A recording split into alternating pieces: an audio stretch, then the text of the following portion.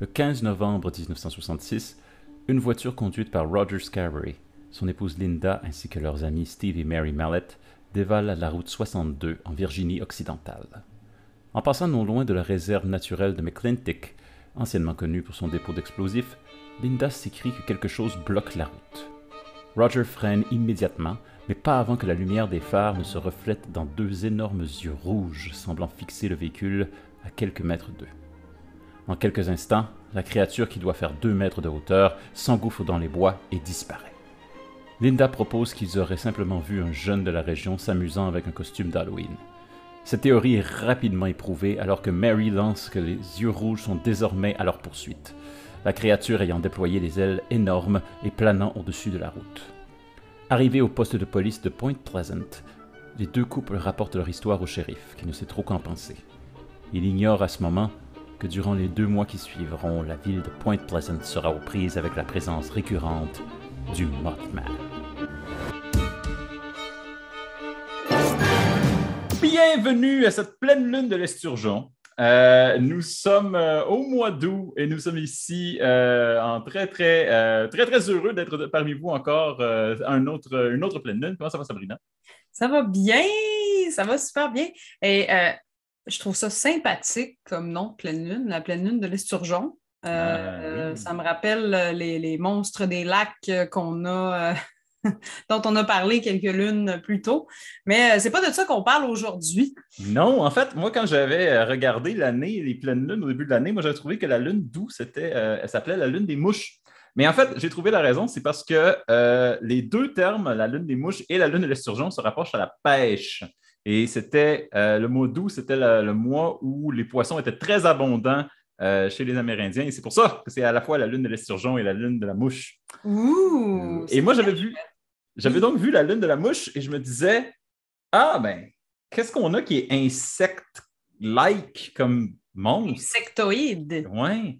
Et qu'est-ce qu'on a qui est insectoïde comme monstre? On a le Mothman. Mothman, there's no need to feel down. I said, Mothman, lift that man off the ground. I said, Mothman, because you're in a new town and there's kids to be L'homme abducted. phalène en français. Donc, Oui, ça bravo. sonne weird quand on le dit en français, par contre. Oui, c'est Ouais. ça. Puis on s'excuse pour les petits anglicismes qui se glissent au travers de nos podcasts. On essaie Bon, on aimerait bien pas en faire, mais en même temps, il y a beaucoup de références qui sont anglophones, beaucoup de recherches aussi qu'on fait en anglais. Donc, voilà. Et bien Mais voilà, mais aussi dans le cas spécifique qui nous intéresse de l'homme phalène aujourd'hui, c'est vraiment le plus spécifique des monstres qu'on a couvert à l'émission. Il est associé à un événement, à une période de temps, quoique à voir, mais à une région du monde, une place, et il est il est très populaire dans cette région-là. comme les papillons de nuit, qui ont souvent un cycle de vie extrêmement court, pour ceux qui connaissent un peu l'anthropologie des insectes et tout ça, demeure que c'est aussi la créature que tu as fait le moins longtemps en termes d'apparition de ce qu'on Ben, sait. en termes d'apparition, peut-être, mais en termes de popularité, elle persiste et elle Oui, signe. et Euh, elle perdure. Oui, on pourra en reparler. Tout à fait. alors, on va en parler surtout dans les origines et la culture, mais d'abord, comme à chaque émission, l'homme phalène, le Mothman. Mais qu'est-ce que c'est pour toi, cette créature-là, Sabrina? Et moi, j'aimerais saluer notre collègue des Geeks contre-attaque, Stéphane Goulet, qui va sûrement capoter sa vie en écoutant cet épisode parce que je sais que c'est son monstre préféré. Euh, Moi, c'est un monstre que j'affectionne particulièrement et je n'arrive pas à dire pourquoi. Je pense que le visuel m'a toujours fasciné, l'idée de l'homme papillon de nuit. Quelle créature ça peut être, à quel point ça peut être impressionnant d'imaginer ça, parce que c'est quand même une créature qui est géante. Euh, Puis, en même temps, ça reflète un peu le côté série B des films. On dirait que c'est un peu un avatar des films d'horreur de série B. Ça me replonge un peu dans les chairs de poule de ce monde, puis dans les romans d'épouvante que je lisais quand j'étais plus jeune. Donc, il y a un peu un amalgame de nostalgie et de fascination pour cette esthétique-là. qui est le papillon de nuit. Moi, j'adore les papillons dans la vie, mais particulièrement les papillons de nuit. Je trouve que c'est des belles bestioles. Et de voir ce côté-là qui est très, très sombre, mais qui en même temps se veut parfois positif. Ouais, je ne sais pas si ça répond à la question. C'est l'impression que ça ouvre plus de questions encore. Mais... Écoute, je ne sais pas pourquoi je ne pas autant sur le Mothman, mais je pense que c'est vraiment un de mes monstres préférés. Ouais. Ben, je pense que je suis d'accord avec toi. Je pense que moi aussi, c'est un de mes monstres préférés. Et ma raison, c'est parce que c'est la version peut-être une des versions les plus contemporaines de l'histoire de Feu de camp. Vraiment, le Mothman, l'homme phalène, c'est vraiment une histoire qui se passe dans une petite ville perdue, puis c'est quelque chose qu'on a entendu dire. Il n'y a pas vraiment d'explication. Ben, tu vois, quand je parle de roman d'épouvante puis de chair de poule, c'est un peu ça. Tu sais, c'est très précis.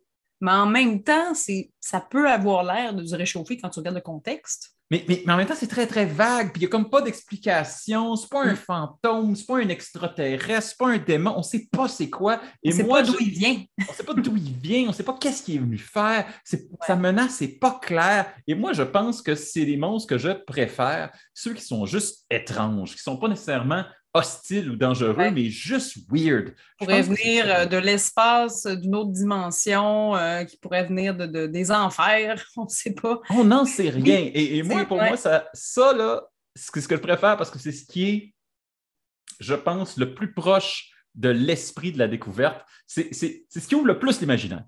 Et c'est ça que je Oui, ben, exact. Puis en même temps, c'est un monstre qui a un visuel tellement propre à lui qu'on dirait que pour moi, même si ça a un côté qui me rappelle un peu le côté cheesy des films de série B, il y a quelque chose qui est tellement unique qu'en même temps, on dirait que j'en aurais jamais assez des histoires sur ce monstre-là. J'en voudrais plus. Exact. Ouais. Puis, hey, ça, c'est moi, ça.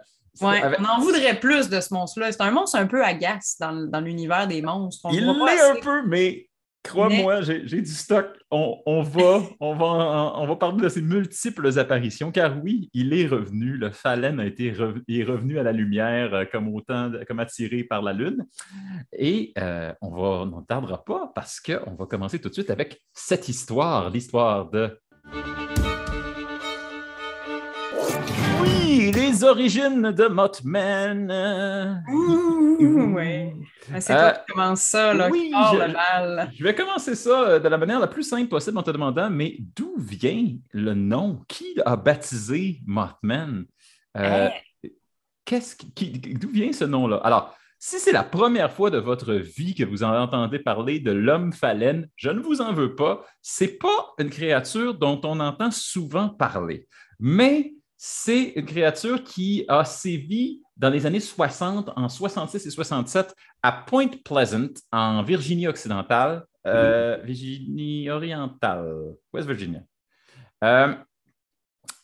Et qui est, c'est ça, Virginie occidentale, je me suis trompé. Voilà. Ouais,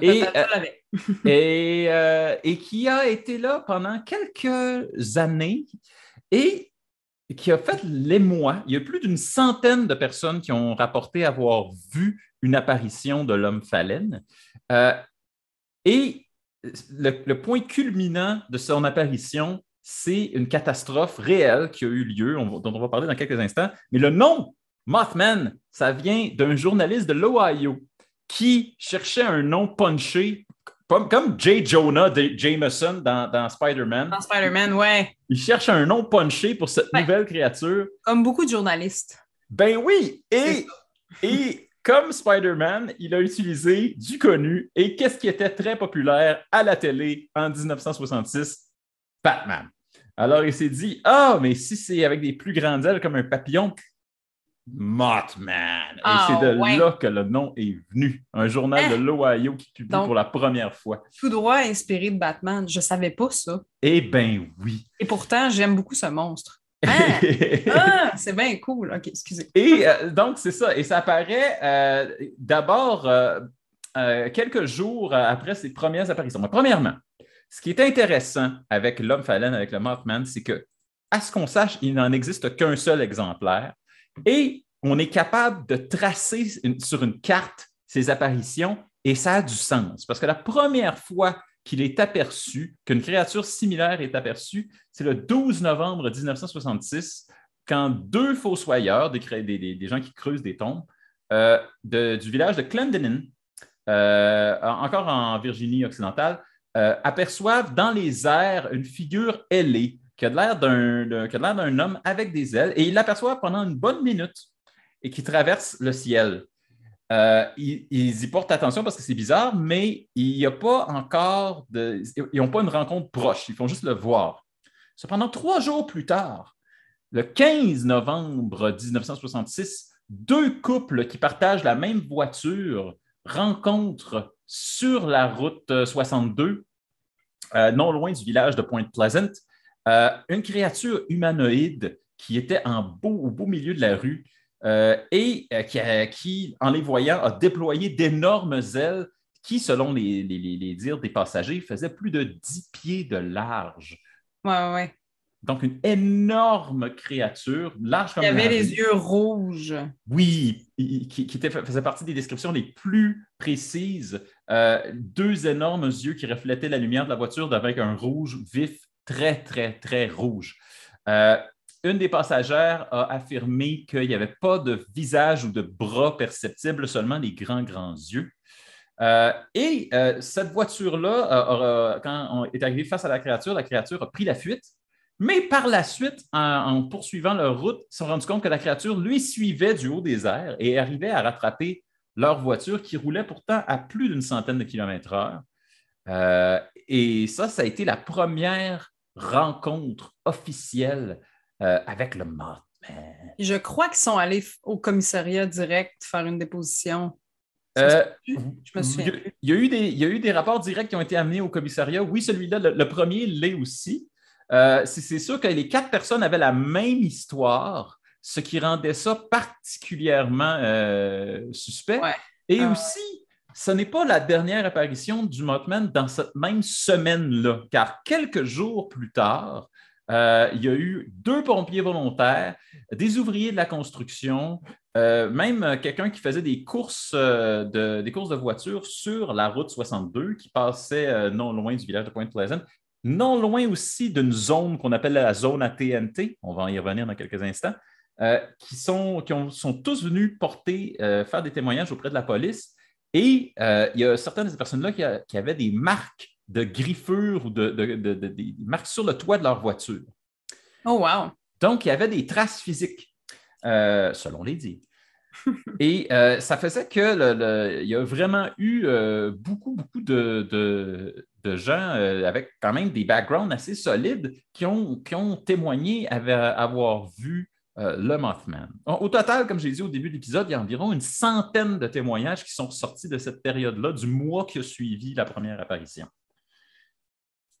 Pourquoi je vous ai parlé de la zone TNT? Non loin du village de Point Pleasant, il y a un ancien site d'entreposage d'explosifs. Et c'est une vieille. Et ça entreposait les bombes et les différents explosifs qui ont servi pendant la Deuxième Guerre mondiale. Et ça a été abandonné aux suites de la guerre.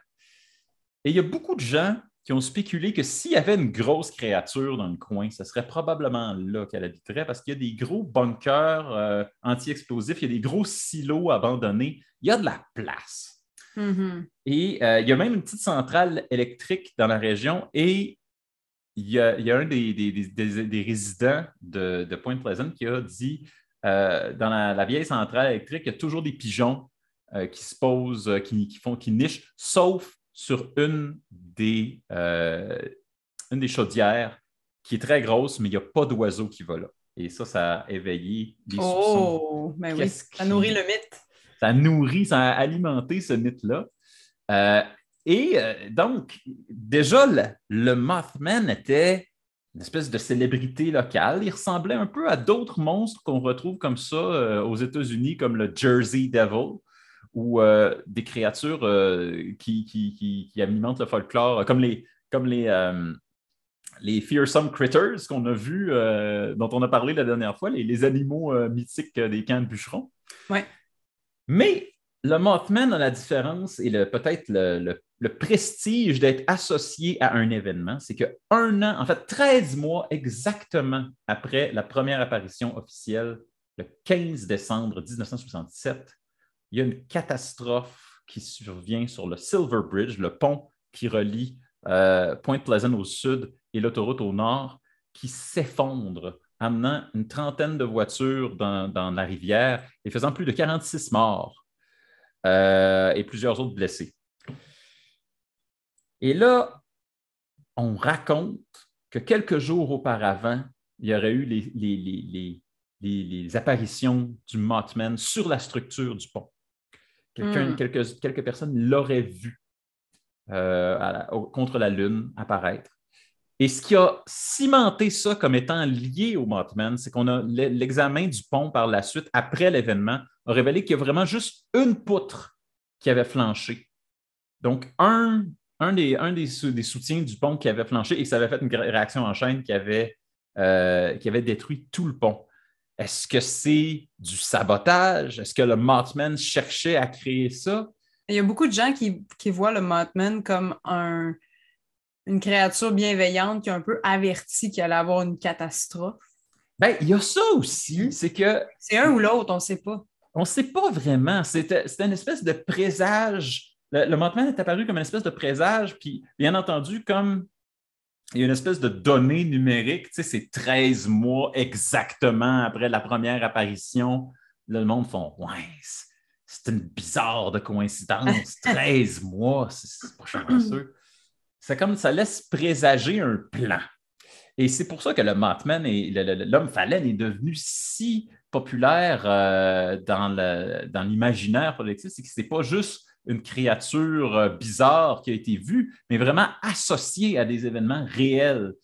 Et d'ailleurs, par la suite, le Mothman, on l'a vu revenir sur des sites, toujours encore une fois, supposément, on l'aurait vu sur des sites à Tchernobyl. Quelques jours avant le 11 septembre, on l'aurait vu à New York. Ah ouais, je ne savais pas ça. Et oui, et la chose qui est une des apparitions les plus récentes, c'est en 2017, l'enquêteur paranormal Lon Stickler a documenté une 50aine de témoignages qui venaient de la région de Chicago, comme quoi le Mothman aurait élu domicile dans la Windy City, dans la ville des vents, mais il n'y a pas eu encore de catastrophe remarquable, à moins que vous considériez que la COVID a commencé à Chicago, et là, ça veut dire que c'est un coup de circuit de la part du Mothman. Mais souvent, on associe le Mothman, l'homme phalène, à une catastrophe. Pas nécessairement en disant que c'est lui qui la cause, mais en disant qu'il est comme l'annonciateur. Ouais. Ça. Mais attends, mais là, tu dis qu'en 2017, il aurait été vu à New York. Non, pas à New York, à Chicago. Oui, et il y a eu plusieurs chroniques qui ont été faites des apparitions du Mothman dans la région de Chicago. Et bien sûr, le site de Lon Stickler, qui est quand même un site à saveur paranormale, attirerait ce genre Lon Stickler a écrit des livres sur les cryptides, sur les rencontres spéciales à travers les États-Unis. C'est exactement le genre d'affaires que cet homme-là recherche. Alors, c'est normal que s'il y a des gens qui ont des témoignages comme ça, qui viennent le trouver lui, mais qu'il y en ait une 50aine pendant la même année, c'est un peu bizarre. Oui, quand même. C'est un peu étrange. C'est très intéressant, tout ça. J'ai hâte qu'on parle de science. Alors, je pense qu'on y est. Chère Sabrina, oui. Qu'est-ce que tu peux nous dire à propos de la science? Bon, c'est sûr que pour ce qui est de la ville de Chicago, je ne sais pas la faune de Chicago, à quoi ça ressemble. C'est quand même assez proche de la faune du Canada. C'est l'autre bord du lac. Oui, ça fait du sens. Ça pourrait avoir rapport. On va voir. Mais je dirais que l'explication la plus plausible, selon le magazine Skeptical Inquirer. Donc, l'enquêteur sceptique. Merci, j'ai beaucoup de misère avec ma prononciation. Vous m'excuserez, de toute façon, c'est pas pour rien qu'on fait le podcast en français. Donc, en 2002, en fait, l'explication la plus plausible qui est sortie selon ce magazine-là serait, bien sûr, la rencontre de personnes imaginatives et excitées par une chouette effraie. Une chouette effraie. Bon, premièrement, ce nom-là m'effraie. Oui, c'est avec raison. Donc, la chouette effraie, c'est une chouette avec un visage blanc, je dirais, les yeux très noirs et le dessus du plumage brun, pâle, foncé, peut-être jaunâtre même. Il y en a quelques spécimens dans les films d'Harry Potter pour ceux qui pourraient connaître leur sorte de chouette. Mais ça me semble être très spécifique comme identification. Pourquoi on dit que ce serait cet animal-là? L'envergure des ailes, c'est à peu près 1,10 m.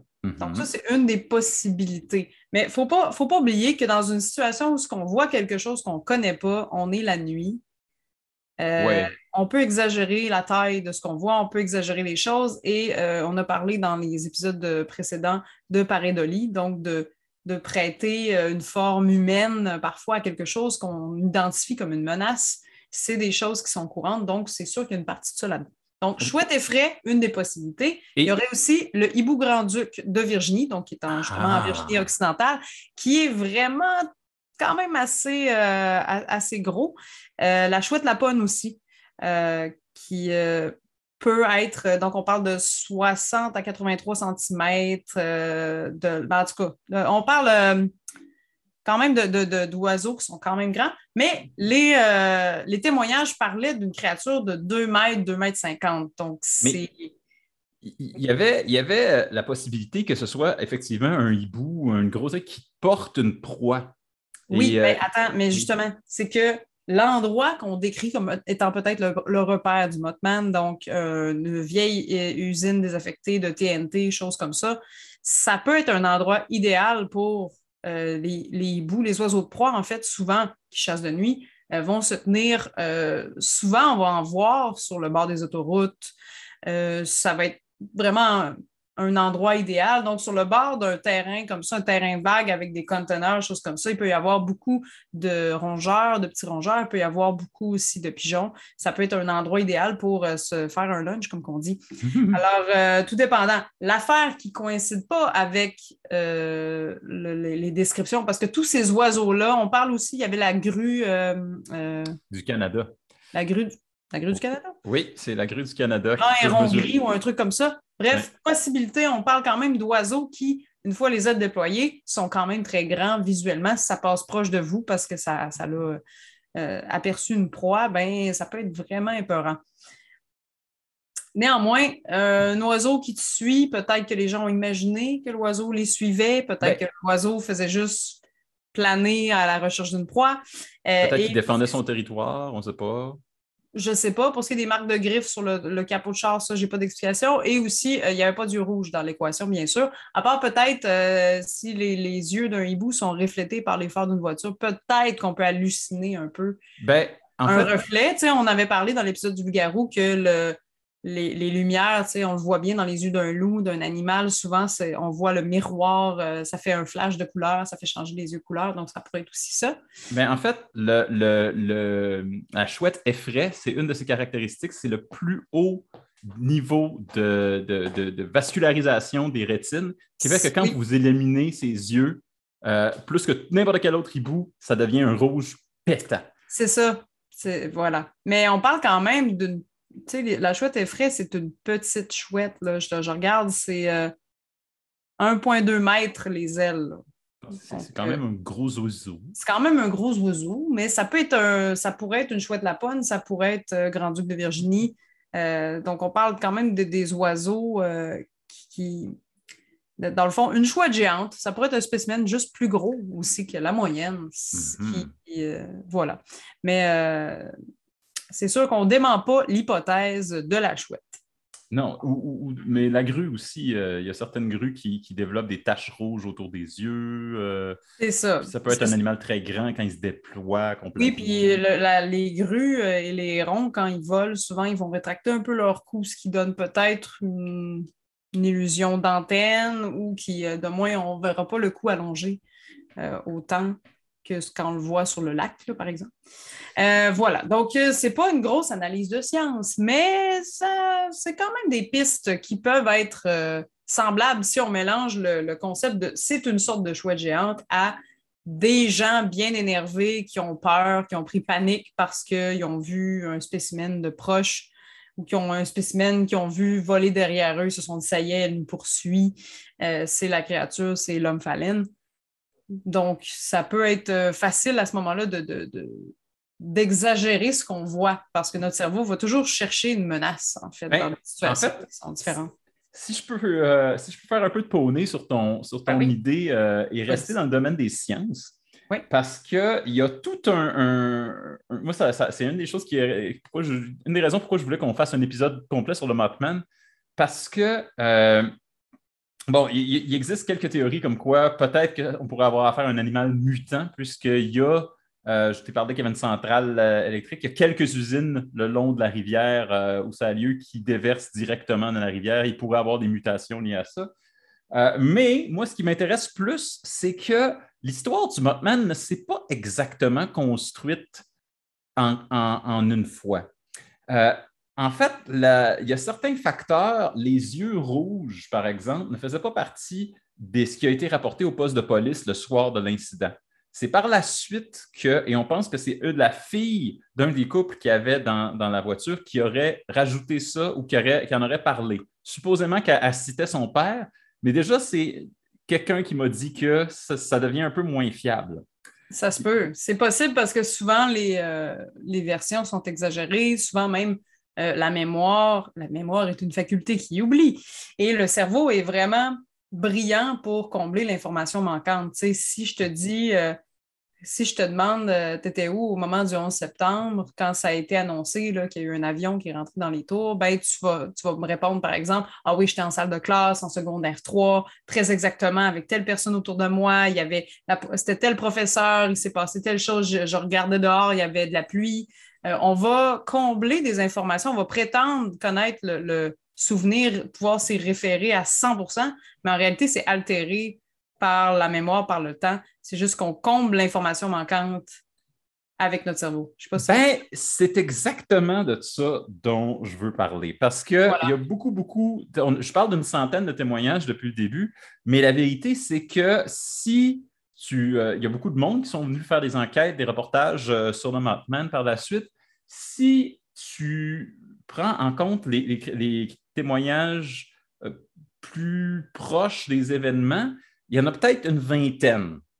Parce qu'il y en a, là-dessus, il y en a environ 80 qui sont des événements qui sont vraiment proches de ce qui est décrit dans le livre qui est sorti 10 ans plus tard, le livre de John Keel, The Mothman Prophecies, et qui, à l'époque, se targuait pas d'avoir basé avait pas basé ça sur des témoignages locaux.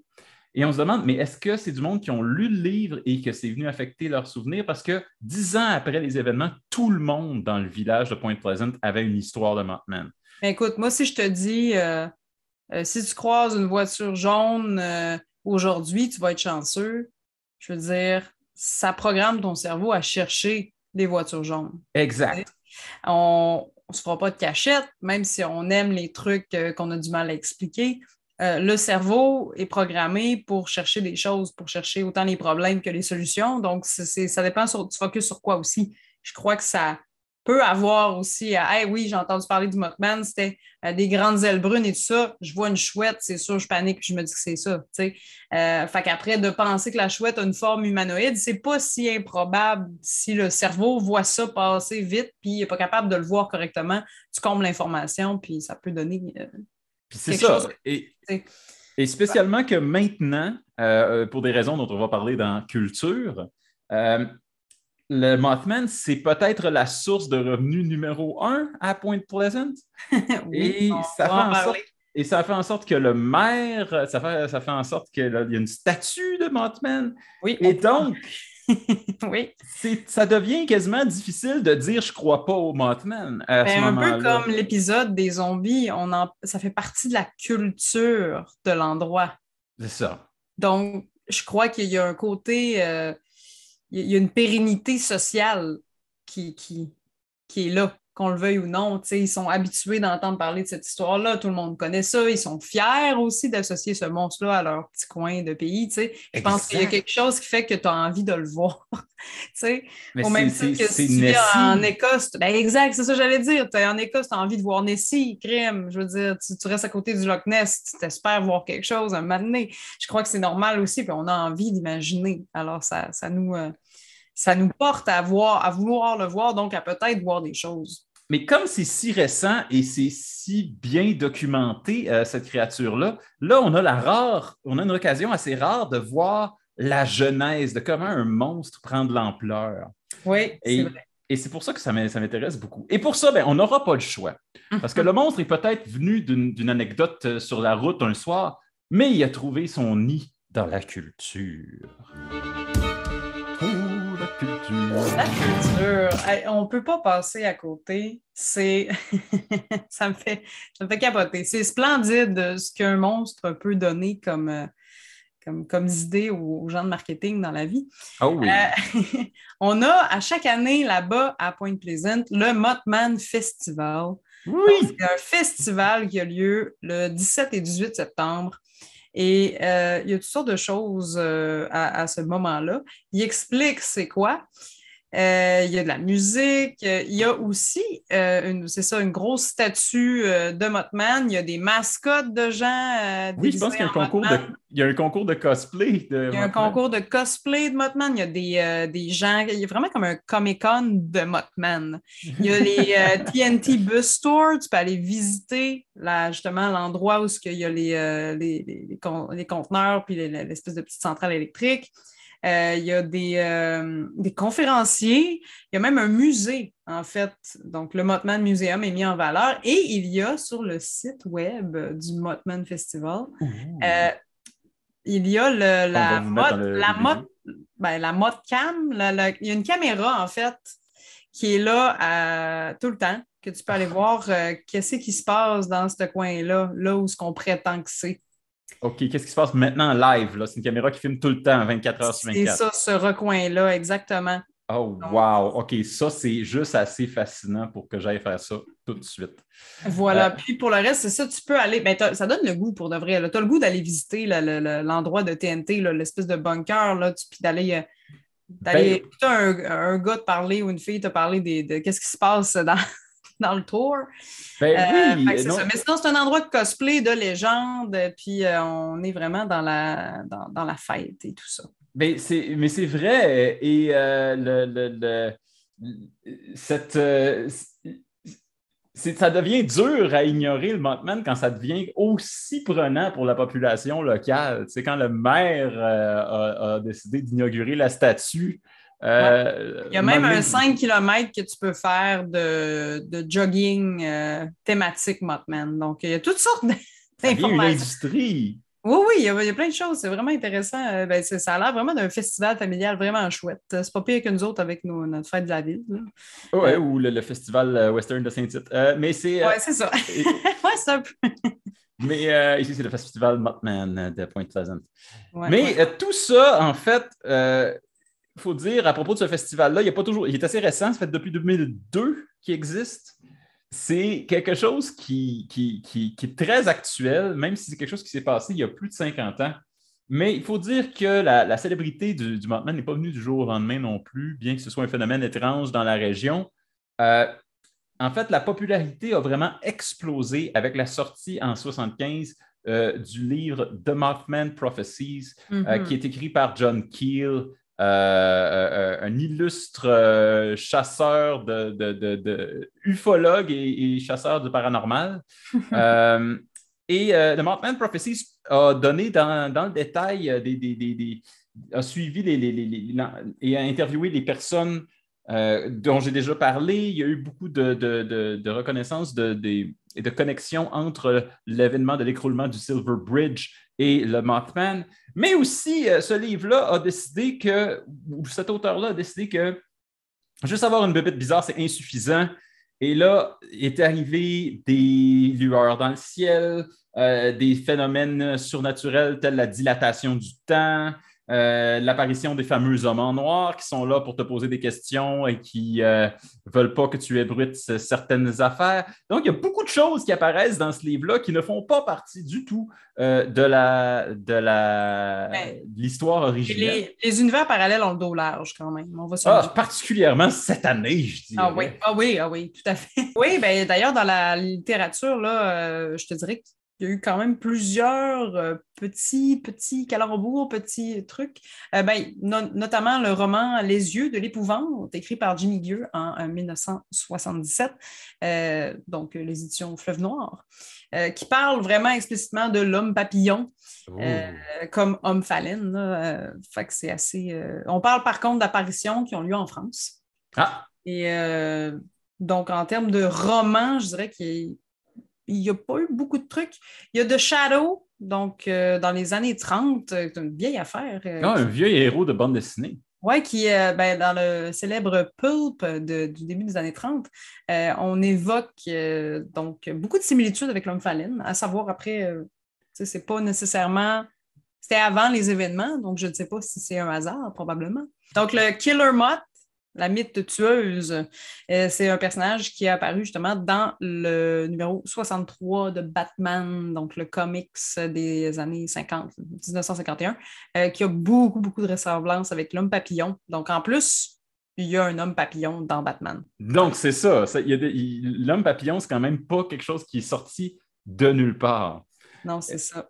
Et dans les impacts, tout à l'heure, je parlais du livre, mais le livre a donné lieu au film de 2002 avec Richard Gere. Et si vous avez les oreilles qui cillent en ce moment et vous dites, voyons donc, où est-ce que j'ai entendu 2002? Eh bien, il s'avère que la sortie du film et le lancement du festival de Mothman est à quelques mois d'intervalle. En fait, la promotion pour le film a un peu été dans la même foulée que le lancement du festival, étant donné que le film allait être distribué à grande échelle, puis c'est quand même Richard Gere qui était une très grande star à l'époque. Donc, tu parles de La prophétie des ombres, c'est ça? En français, c'est La prophétie des ombres. Ouais, le film s'appelle The Mothman Search Prophecies. for the Mothman.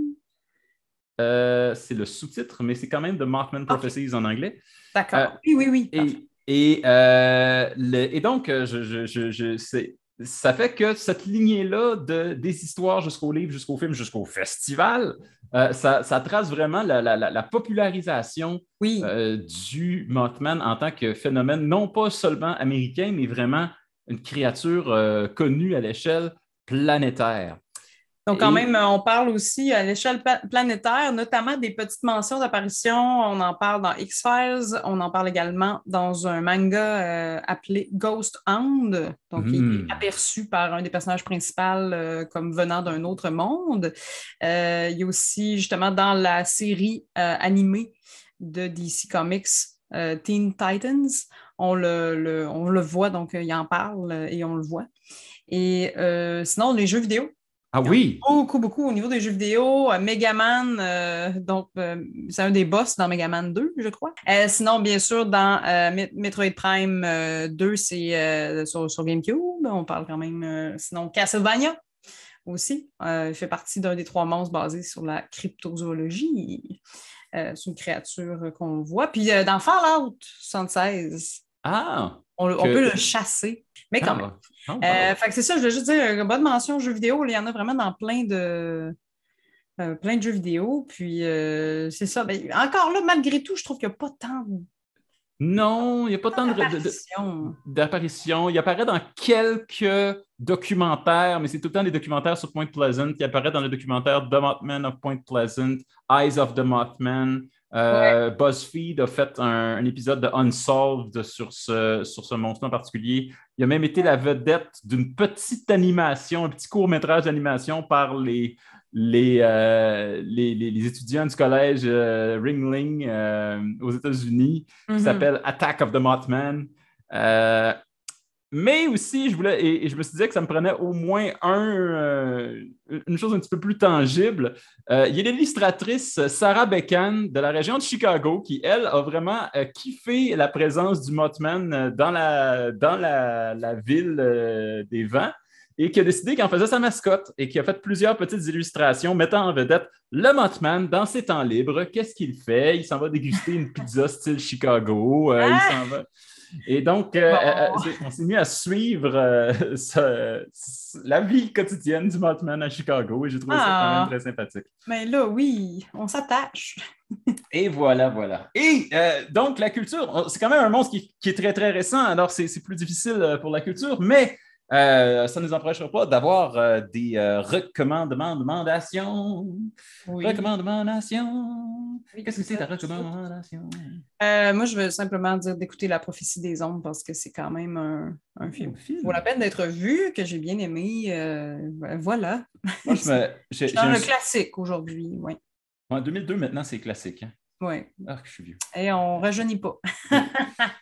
Mais non, j'ai un souvenir assez flou de ce film-là. Je me rappelle avoir bien aimé aussi, et je me rappelle avoir été terrifié par une scène en particulier lors d'un appel téléphonique du personnage de Richard Gere, mais je ne me rappelle pas assez précisément de qu'est-ce qui se passe. Je sais qu'il se passe plein d'affaires, mais je ne me rappelle pas spécifiquement de qu'est-ce qui se passe dans le film pour pouvoir le recommander. À réécouter. À réécouter. Moi, je vais utiliser ce que tu as commencé la dernière émission. Je veux dire, on va parler de nos amis et nos références en ligne. Et je veux suggérer une autre chaîne YouTube, moi aussi, que je suis religieusement. En fait, une grande partie de ma recherche l'a fait d'abord en écoutant cette émission-là. Et même les monstres dont on n'a pas parlé à l'émission, souvent, avant qu'on puisse commencer, qu'on puisse lancer l'émission, il y a un épisode qui sort sur ce monstre-là exactement à la chaîne Monstrum, animé par la docteure Émilie Zarka, qui est, je pense que ça fait partie du canal Storied. Et la chaîne Monstrum, c'est moins régulier un peu que nous, mais il couvre des monstres très spécifiquement. Et la docteure Zarka est spécialisée là-dedans.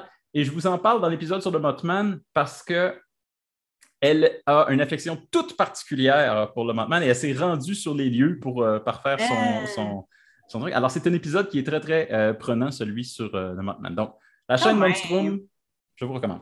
Mais il y a quelque chose de touchant dans cette créature-là. J'arrive pas à mettre le doigt dessus. C'est vraiment chouette, en tout cas. Et moi aussi, je trouve que c'est une créature touchante. Et moi aussi, j'aime ça qu'on ne soit pas capable de mettre notre doigt dessus. Ah oui, c'est sûr. Voilà. Alors, Crime, ça a flyé cette émission-là. Incroyable. Oh oui. Alors, merci d'avoir été là. Merci aux auditeurs et aux gens qui nous regardent et qui nous écoutent. N'hésitez pas à nous suivre sur Facebook ainsi que sur YouTube. Donc, faire des petits pouces et vous abonner, ça nous aide à continuer. Oui, les monstres dans le placard. On a à toutes les pleines lunes, on a un nouveau monstre et à toutes les nouvelles lunes, on a un nouvel invité. Voilà. Et notre monstre pour la prochaine pleine lune, il est spécial. Mais il est très, très proche de notre émission puisqu'il est un petit peu l'inspiration pour notre titre. Car à le prochain épisode, on va parler des croque-mitaines et autres bonhommes 7 heures. À la prochaine.